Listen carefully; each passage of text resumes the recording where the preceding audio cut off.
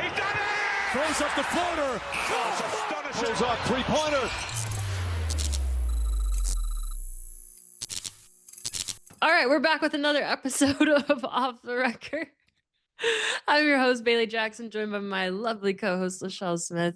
And as Lachelle said, it's Labor Day weekend, and that means a handful of things. We got some meat on the grill, like we said, got some barbecues in our near future, and we've also seen some really good football this weekend. College football week 1 kicked off, and man, Lachelle, you hit the nail on the head last week. LSU finally broke that preseason losing streak. You were right. Let's talk about it. How does it feel being right? How does it feel predicting the future, Lachelle? You know, in typical woman fashion, being made to be right feels so vindicating, and it's such a beautiful feeling. LSU looks good. I feel like hopefully people saw from that game something that I felt like we talked about last week, which is why, chat, you got to be tapped into what we're talking about, because we're actually giving away free plays. Like, somebody possibly could have made a whole bunch of money if you would have took a chance on me saying that LSU was going to win. That part. Like, free game. There's a lot of things we talk about every week that kind of ends up happening one way or another. That was just one of them. LSU looks really good. Dabo was over there. He was trying to coach the game of his life on that sideline, and it just was not enough. But if you're a Tiger fan, things are looking up and up. It's a gauntlet that they got in front of them. Week 3 is going to be tough against Florida, but I like being right. It's such a great feeling. Such a good feeling. I know you feel good. I was 50-50. I said that from the jump last week. I wasn't going to choose a side. I watched the game very closely, and it was exactly what you said was going to happen in terms of really good defense from LSU. And just now they got to match it with that offense. We also saw some good football from Michigan, who we talked a little bit about last week. If you could describe Bryce Underwood's performance or debut in one word, what word are you using? Expected. Okay. Expected. I'm going to say, I can't use a similar word as you. I'm going to say solid. That's like basic. that. That's like, you know, but it was solid. Basic. But yeah, it was solid. Nothing wrong with it. With it. Chime in. If you could describe Bryce Underwood's debut in one word, what word are you using? While y'all think about that, we're going to go ahead and jump into our first topic of the night. I think we're done beating the dead horse, because the horse has moved on. In a deal that none of us expected to happen, the Cowboys honored Micah Parsons' trade request and sent him to the Green Bay Packers for Kenny Clark and 2 first-round picks, one pick in 2026 and the other in 2027. Parsons agreed to a 4-year, $188 million contract with the Packers that includes $120 million fully guaranteed at signing and $136 million in total guarantees, making him the highest paid non-quarterback in NFL history. He got exactly what he wanted. He got the money, and he got out of Dallas. I'm so happy for him. There's a video of Parsons reacting to becoming a Packer, and you could tell he's just like over the moon. But the funny part is his house is like already fully boxed up. Like, I was wondering, covered, the pool's drained. Like, he's been ready. He was gone. He was gone. I'm so happy you noticed that, because I'm like, does nobody see that this house is already empty as this video is being filmed? Like, this wasn't shocking news to him. No, he knew it was coming, which is funny. Like, it's actually hilarious, and I'm hoping more people caught on to that too. But yeah, he was ready to go. He's been prepping to go. With that being said, the Cowboys are now without Parsons. What are the Cowboys without him on the team? I mean, that's a great question. I mean, to be fair, I guess in a Cowboys defense, what were they with him? It's not like there are Super Bowls to show for it. Or in this case, as Jerry said, they needed to have more of a defense that can stop the rush. And they felt like Micah really didn't kind of contribute to that, which I think is a solid argument, because he is a pass rusher in a way. If I guess you get in the technicalities of it all, but I don't know what they are without him. I really don't know if I knew what they were with him. Like, it's kind of weird. I don't know. A part of me was shocked. Like, oh, they really did it. Like, this is Micah Parsons. But then when you hear, like, the head coach get up there and say, it was a unanimous decision and we all agreed with it. I'm like, oh, and then you hear these reports about the locker room and then the teammates, and like, I was kind of just confused. I'm like, oh, so this is kind of weird. Like, I don't know if I should mourn that he's gone or be relieved for both parties that this entire little relationship is over. I don't know. I feel weird about it. How did you feel about it? Well, I was happy because, I mean, at the end of the day, I'm always going to root for the player. Well, I'm not going to say always. In this specific case, and I think in a lot of cases similar, I'm going to root for the player because I think his reasons for wanting what he wanted was valid. And I'm just, and also we just don't like the Cowboys over here. Not a huge Jerry Jones fan. So definitely wasn't going to take his side on it. So very happy for Parsons. When it comes to what are the Cowboys now without him, I mean, they're definitely not in any type of postseason talk. They're not in the division leader talk. They're not in the conference championship talk. Like, I don't know if we were necessarily putting them in that bucket heavily before, but if anybody was, you can take them out. I know Jerry Jones, and it's been very, very obvious that the Cowboys are relying so heavy on their offense this year. So, like, I don't know if it necessarily matters as much. So, like, I do kind of question, like, we'll see. I mean, I guess season's coming up, so like, we'll see what ultimately will happen. Right. But yeah, I don't know. I don't think the Cowboys are going any further than they were going to go before. I know Jerry Jones had some comments about it. He said that they'll be still winning games without Parsons. In fact, they'll win more without him. I don't remember the specific wording, but I thought that was interesting. It's like it's good that you still have confidence in your team, as you should, but it's like saying that you're going to be winning more without him. I feel like it was kind of a slap in the face to Parsons. And then there was some other stuff I felt like Jones specifically took it to a disrespectful place. It was like the press conference, he was calling him Michael instead of Micah. It's like, he's been on your team for how long? And you're neglecting to call him by his name, or like call him by the right name. I don't know. I just think it's messy. It's a messy situation that was with both of them, and you can tell it got to a place, I think, for both parties of like disgust. Like, I think the best thing for both of them was like, okay, this relationship's over. You're not going to get the money from us. He got the money though, but I think it brings back what we talked about kind of last week. Like, he said it wasn't about the money. Right. So now it's like, but you got the money now. Like, that was a factor in this, because I don't think you're going to Green Bay unless they were going to give you the money that you wanted. So it does kind of spark this conversation of, man, was it just really you and Jerry just truly not seeing eye to eye anymore? The disrespect that you felt as a player, maybe the disrespect he felt as an owner, who really knows? But it is kind of weird how they talk about Micah, because I'm like, I don't think I would talk about him like that. Obviously, we all saw what this was, but I don't think I'm going to sit there and say, I would have just been like, man, he gave us the best that he could. Hate that it couldn't work out. Glad he got paid. I know he's going to keep doing. When you start doing the whole, we're going to win more games without him. And, we were the Cowboys before Micah Parsons was it's like, okay, like, cool, I guess. But I guess, but I mean, Micah got what he wanted. He got paid. You're going to Green Bay, which is a very good team. I mean, they were active in wanting him. Jordan Love spared no expense when they were on that podcast saying, if we could make a trade, I would trade for you. Like, I would come and get you. So he went somewhere that he's wanted. They wanted him. They saw his value. They paid him. I mean, I think the coach even said that they've been saying that they were one defensive piece away, and you just got your defensive piece. So they value him. He's going somewhere that they are welcoming him with open arms.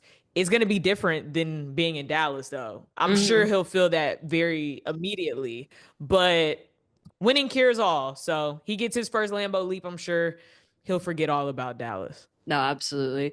Looking at Dallas now without Parsons and after this kind of messy breakup, what do you think this move does for the culture of the team? If anything, it just allows them to, allocate more money to other people. We see everybody getting paid from the Cowboys now since Micah's gone. They're using all this extra money. Bland just got an extension. Yeah. They said some more extensions are coming. So, I don't know if the culture for them is already a question mark. It was a question mark even with Micah there. So I don't know if that really changes with him gone. If anything, it's like, oh, they really just traded away one of our best players, if not our best player. And I don't know if the other players really feel the way. I saw tweets from CD, like, he had like the little sad face emoji. And then I think Turpin even was like, the business is so cold. But, I didn't see no long paragraph post. So again, I don't know. I don't know. I didn't really see some really emotional goodbyes. Yeah. It maybe behind closed doors, maybe phone calls were had and things like that, but this does it feels weird. It just feels weird to me. It's different. It's different on a lot of ends. So I don't know really if like culture is in the right place. Is it in a questionable place? Are we just back where we left off last season?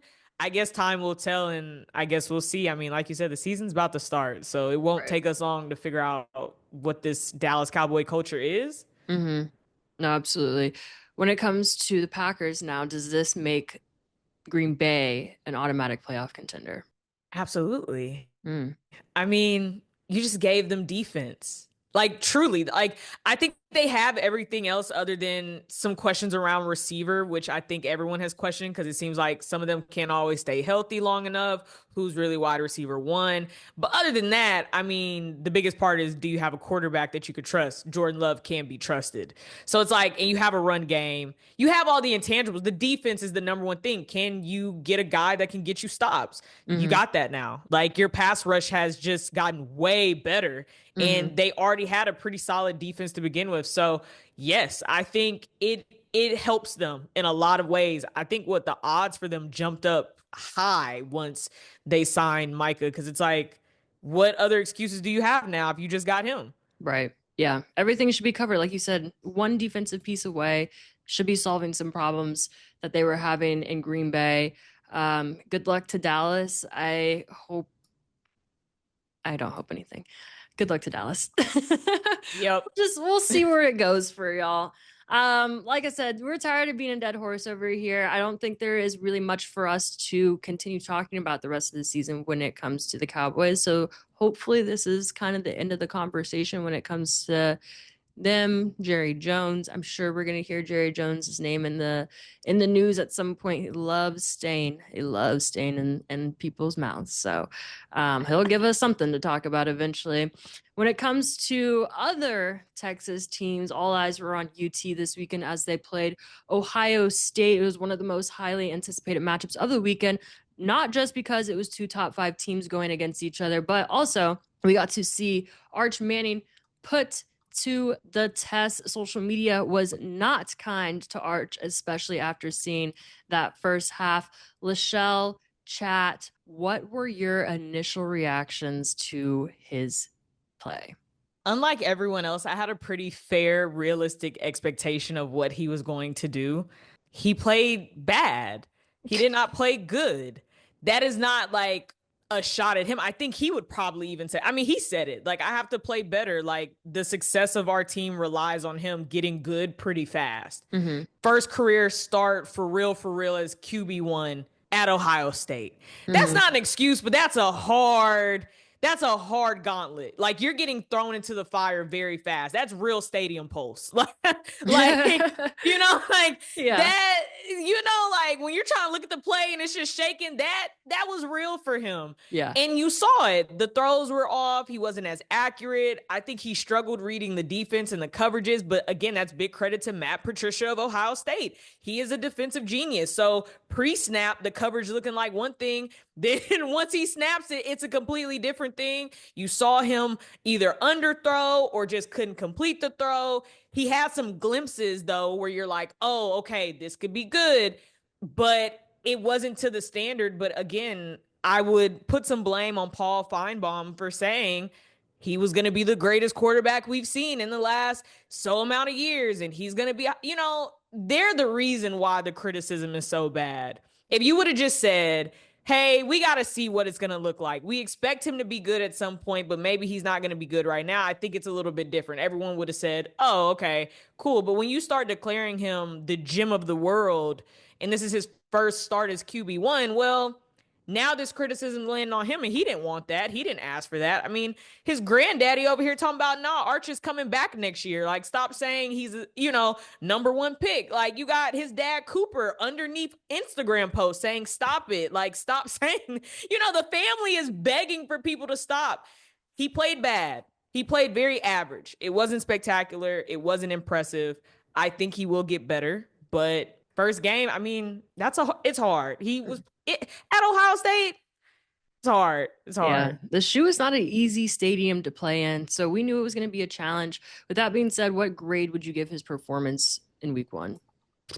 Probably a D+. It's just certain things. I think what got me was there were easy throws that he missed. Slants, little under routes. I mean, at one point in the fourth quarter, they have a walking first down, and like he just kind of doesn't lead him to the pass. It's kind of behind him. He looked confused at times. He didn't look sure of himself at times. And because of that, I think, and also like the interception and then a few other things that I was like, I don't think C to me is average. Like, wasn't horrible, wasn't great.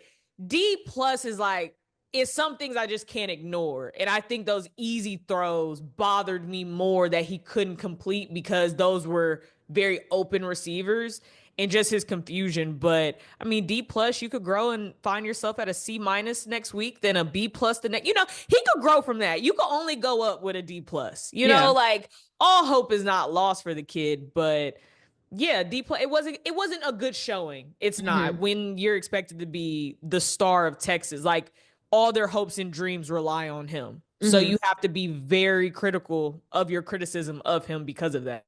Yeah, no, that's fair. That's fair. You're saying about, we'll say 65 to 69% of his game was there, and we're looking for the other about 45%, if 35%, if my math is right. He's got time to fix that. I think it's fair that he has that opportunity to fix it. I know you said something along the lines of trouble reading the defense. I know many people felt like that was an issue for him yesterday. Do you think that was really the case, or was it more that OSU did a really good job at disguising their coverages? I think it's a thing of both. I mean, if you're Matt Patricia, you're almost saying to yourself, like, he's inexperienced. So he doesn't know what this looks like yet. Yeah, he's looking at tape, but it's a whole different thing when he's out there. So it's a lot of credit to OSU. I think they did a beautiful job disguising their coverages. Pre-snap, he was confused. At the snap, he was confused.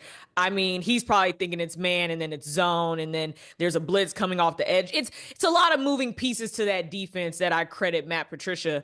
The other half is me kind of putting some blame on Sark for not play calling at certain times that benefited him. You have to play fast with a young quarterback like that. He can't be out there thinking. You have to play quick. You have to let his instincts start to kick in. And when they did play up tempo, they got to the goal line.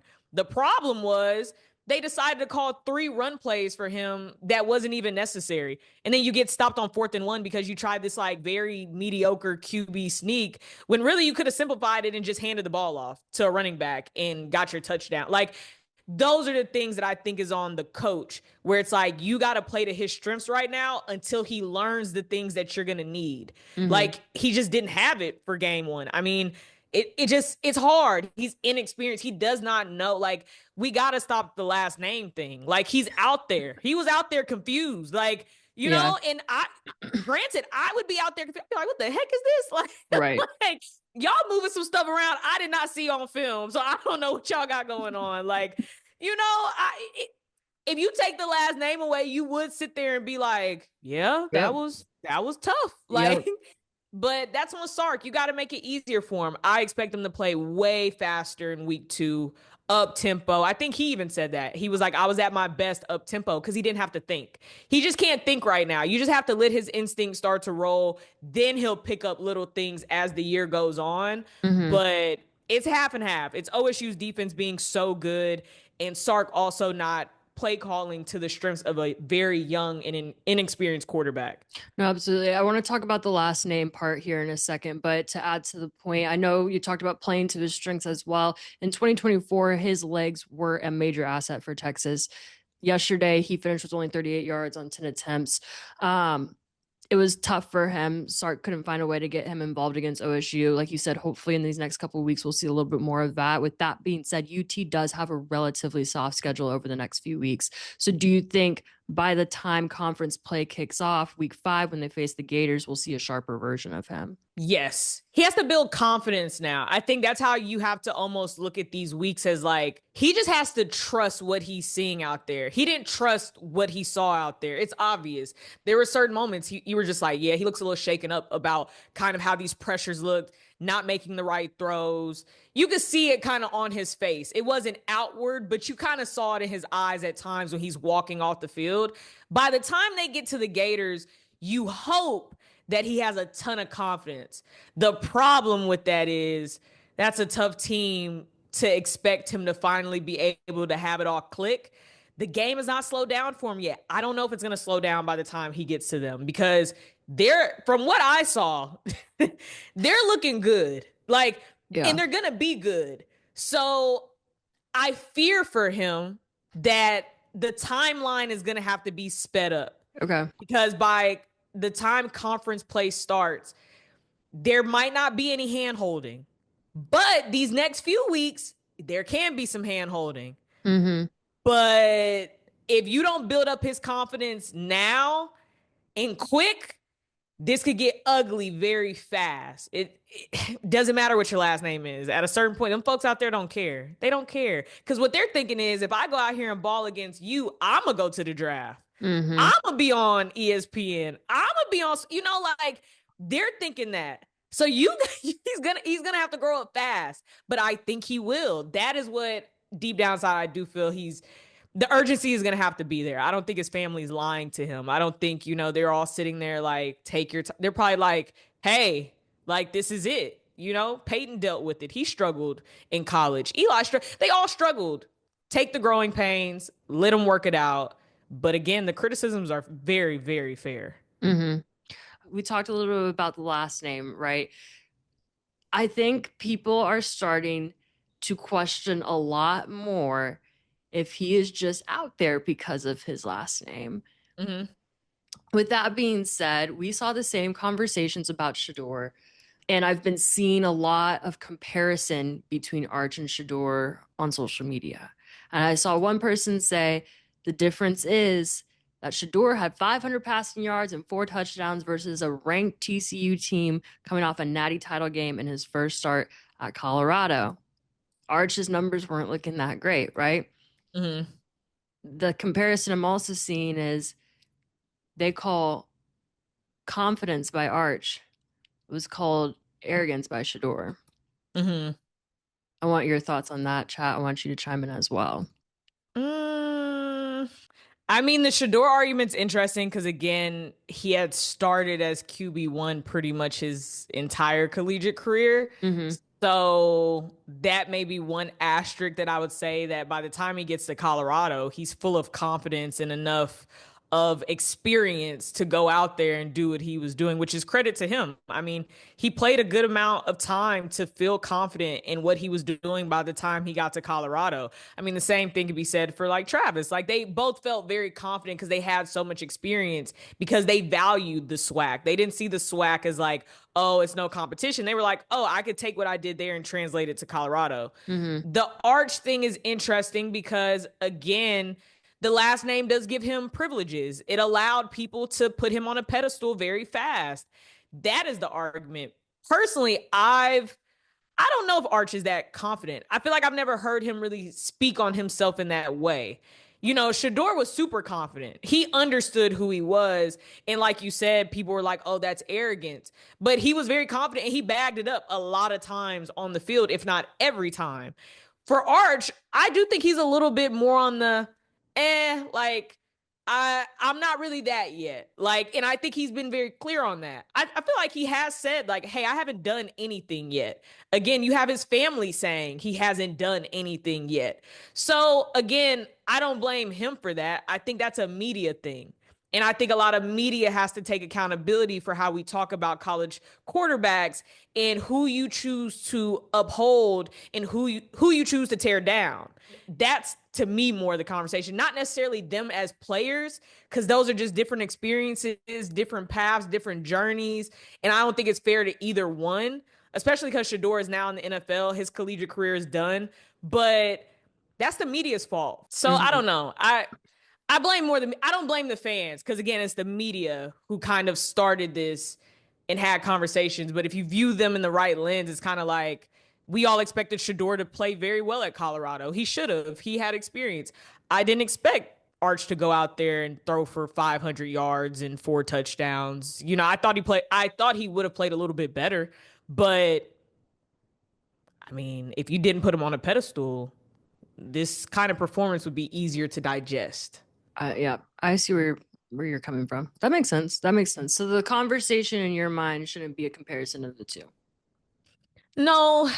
I mean, it's just hard. Shador was really good. Like, I don't know if people don't like to admit that, but like we have a lot of moments of Shador playing very well at Colorado. The moments where we're all staying up till 1 a.m. to watch him win games as he did. Yeah. You know, like, that's a very accurate quarterback who had an amazing arm and spent a lot of time being QB1 and was very ready to go to Colorado. We're talking about an Arch Manning who has not started a full season as QB1 despite the last name.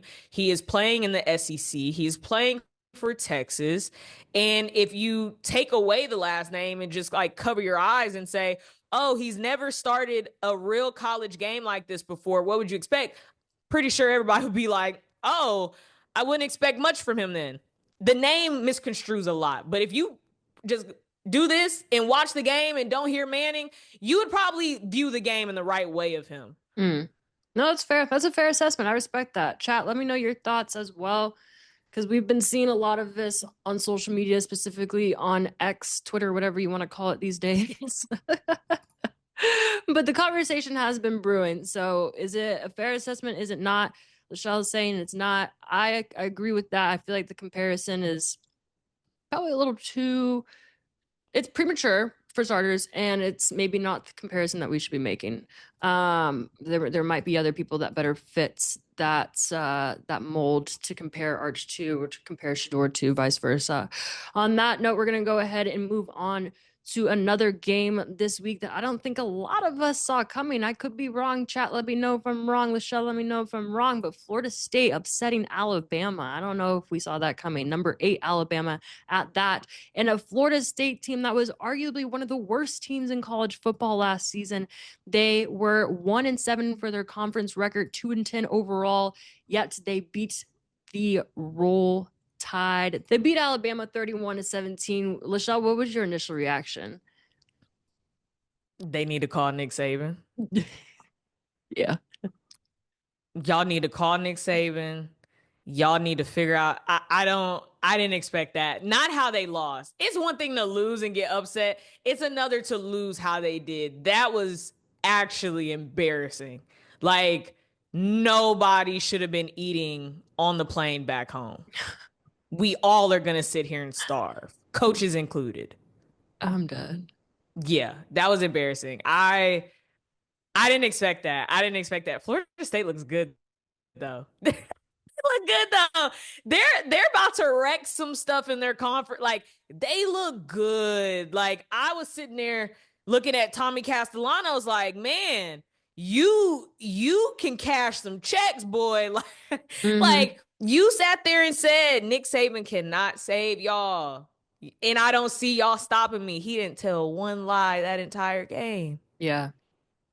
I agree with a lot of what you're saying. I really agree with that Nick Saban point. I think there's a lot of things wrong with this Alabama team. And I'd hate to point fingers at Kalen DeBoer, but I'm pointing a finger at him.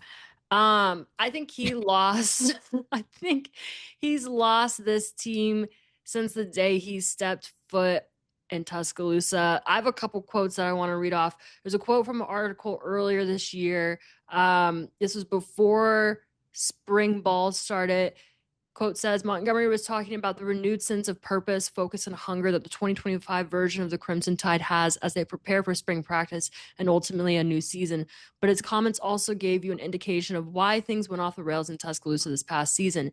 You can't be late to workouts anymore. No more jewelry, no more necklaces, none of that. There's another quote from a booster who said, spent time around the team hotel for 25 plus years. And I'll tell you, DeBoer tenure is much closer to Shula than Saban. Players are walking around at 1:30 in the morning, getting DoorDash deliveries of fast food the night before the game. I've seen players with random friends coming in and out of the hotel until 2 a.m. They couldn't get organized to leave the team hotel on time without confusion. As soon as I was around this, I could not get it out of my head because you could see it was an organization that looked second class by the way it was run. Since witnessing that last year, I've held hope, but my eyes, brain, and gut all told me this is going to be bad when being around it. This is a completely different team than what Bama is known for. No jewelry, no necklaces, that like being late to practice. The fact that we're talking about stuff like this would have never happened in Nick Saban's day. These kids would have been more military, like this is kind of, I think, from what we're hearing, the reports we're seeing, even like the stuff, I hate to say it, I don't want to like throw social media into the mix, but even some of the things that we're seeing on like TikTok from some of the players, it's like we're kind of dealing with a soft team. We're dealing with a soft team. And I don't want to get too deep into what I mean by that, because I think people can misconstrue that. But like from the sense of, like I said, looking at it from the Nick Saban era to now this Kalen DeBoer era, this is a soft team. With that being said, I have two questions. Do you think Bama has a culture issue now? Yes. I mean, yes. They definitely have a culture issue. I guess on a perspective of shift of leadership, when I look at Kalen DeBoer, and if you compare it to Nick Saban, I guess I can understand for DeBoer, you're walking into a situation where you'll most likely never reach the heights of the person who was before you. So everything you do will be compared to Nick Saban. That's a hard ghost to try to outrun. You're not going to outrun it. If anything, it's outrunning you and you're trying to catch up to it. I could imagine for him, there might be kind of this feeling of, maybe not rebellion, but resistance to say, well, if I'm not going to be him, I don't want to do it that way. Like, I want to do it my way. But it is also hard because the culture of Alabama that Nick Saban was able to also save from the ground at one point, when he joins, is the culture that has made them what they are, that has made them feared, has made them very organized, disciplined, champions, juggernauts of college football. And you start to question, I mean, to hear that even in the article, to hear boosters that are saying this, that is weird. That's not what we've heard from past guys at Alabama. We've seen the videos of Nick Saban running the route. That video is the funniest thing ever. God damn it, run it again. Like, he was like, they was really up there like, hey, he over here yelling. So, I mean, it is different. I think it is different, and it is a culture situation. I don't know if you could change culture once the season starts, though. Yeah, no, absolutely not. I think that was something that needed to be dealt with last year. Well, I guess not even a year, just this off season for them. Yeah, it's a very, very different team. You talk about Alabama being feared. I know even like in my days growing up, going to OSU games, going to IU games, it was, after a win, we want Bama, we want Bama, you know what I mean? Yeah. Bring them on. That's the best team in the nation, no matter, you know what I mean? No matter whose eyes, what year, it's Bama. Like that's the standard. You know what I mean? That's the standard of excellence in college football. And even Johnny Manziel was talking about it. Nobody fears Alabama anymore in 2025. He said in the past, you walk into face Bama, you probably got some fear in you. They were a dynasty. That fear factor is entirely gone. Nobody is scared of them boys anymore. You see them on the schedule now and have no fear. That's crazy. You say that in 2010, people are going to look at you crazy. What do you mean we're not fearing Bama? It's Bama. It's Bama. Like, yeah. It's Bama. It's Bama. And now nobody's thinking that. Nobody's thinking that. I think Johnny Manziel really hit it on the head when he said that the other day on Nightcap. This is not the same team. I also start to question, I'm like, is DeBoer, was he really that guy at Washington? Or was Penix and that team just really that good? I've seen some people say that Penix was making him look like a superstar. I mean, I guess it's hard, right? Washington was his. There's no ghost that you're trying to chase after. You could make this team's culture fit your personality. The problem with Alabama is I don't think they'll ever be able to fit his culture because the mold is what Nick Saban has left it as. So it's like, unless you're going to find a coach who's going to do things the exact same way that he did it, then a coach trying to do it their way is going to be very conflicting. And you see it. It is reflective of what it looks like. So some of those guys that actually were coached by Nick Saban, they're most likely conflicted. Like, man, this is kind of strange. I'm trying to uphold the same standard that I had with Coach Saban, but I'm also trying to respect this new standard that I have with my actual head coach, DeBoer. And I'm sure for some of them, it's kind of like, this is kind of strange. And you saw some guys leave. I mean, Caleb Downs leaving to go to OSU, I think was a big indication. And he speaks so highly of Nick Saban, how, you know, he really felt like he saw himself in that. I want to be disciplined. I want organization. I want excellence. I mean, him going to OSU didn't surprise as many people because they were so high up on his recruiting. But I mean, he's been very candid. I went there for Nick Saban.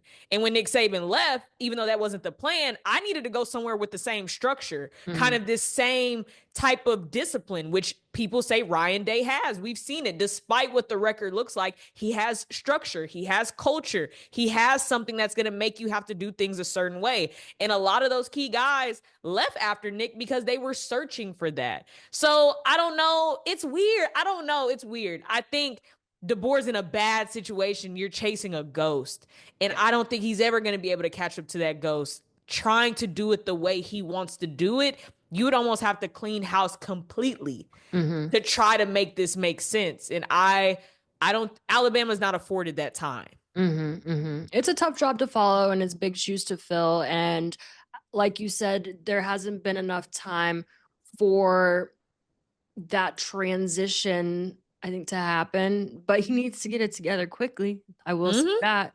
It's like you only have so much time on the clock to figure it out, because the idea of Alabama not being a dynasty is a scary thought. Not that, you know, there isn't another team out there that deserves that spot. You know, maybe this is just that era of football where we see a flip, we see a team take reign. But I don't know. I would hate to see us into that new era.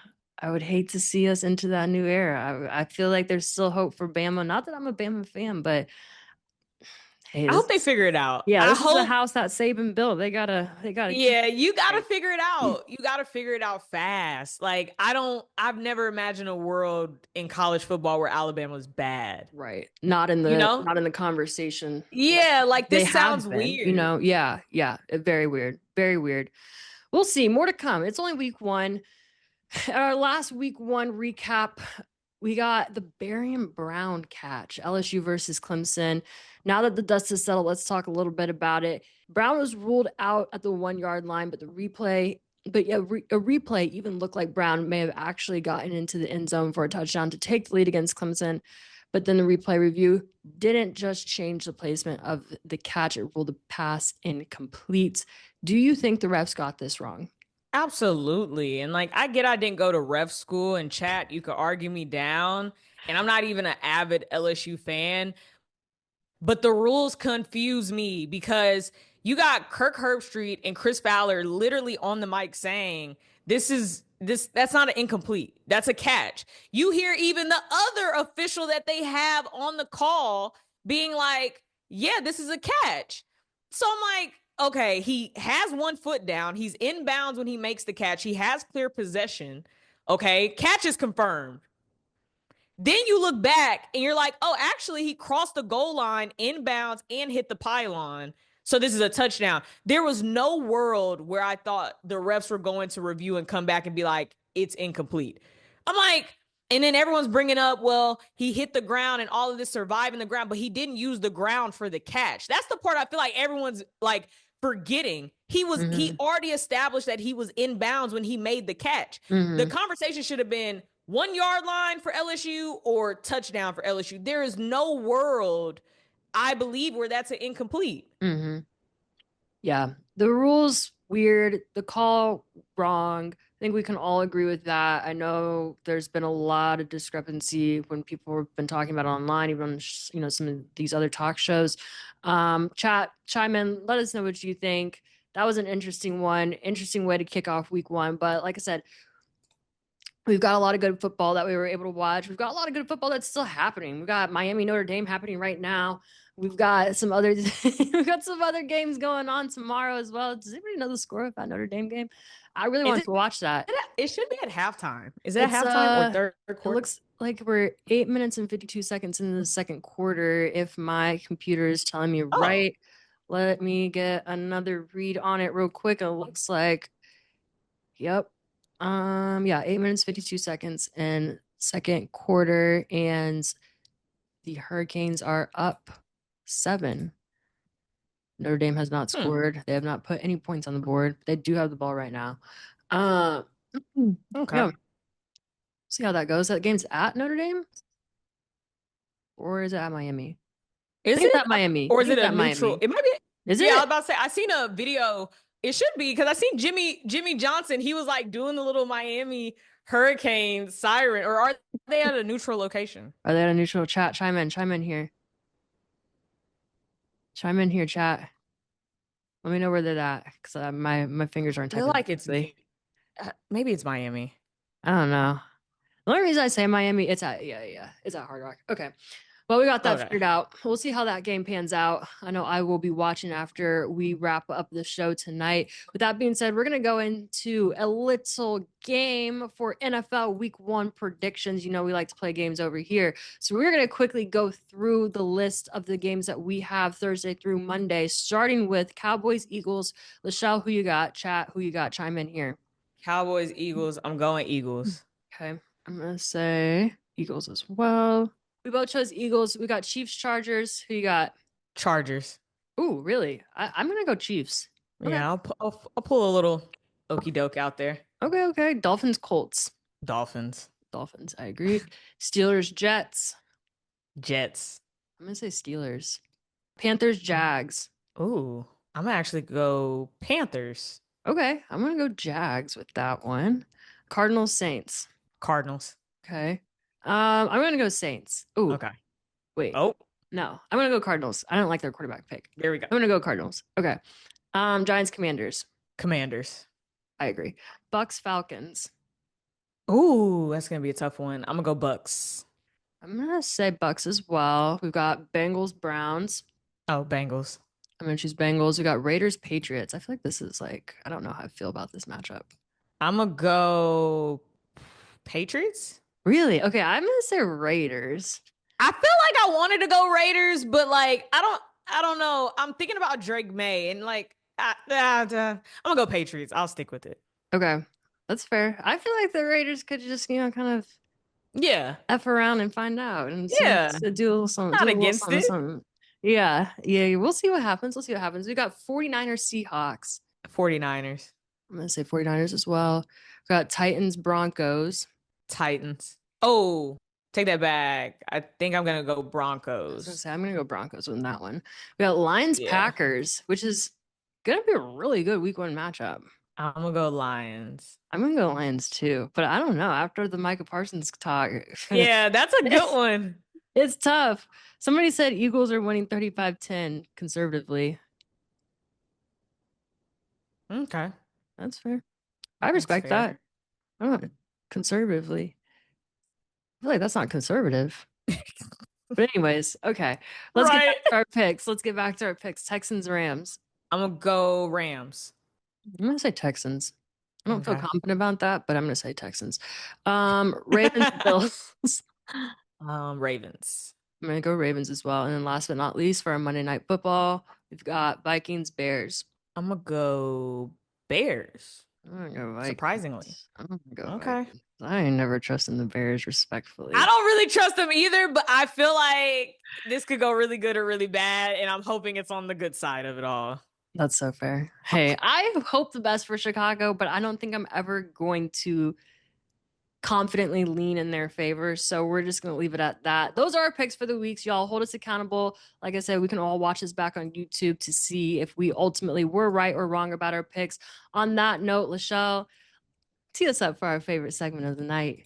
No hotline tonight because y'all are scary.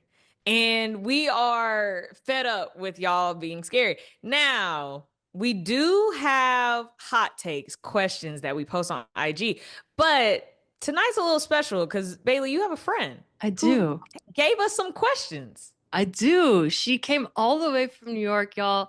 You got to be really nice when you welcome her onto the show, guys. This is my friend Grace. She's very excited to be here. I wish we had a soundboard where we could be like, am I even in here? Am I even in? Oh, hi. So sorry. Hi. Oh, I look very shiny.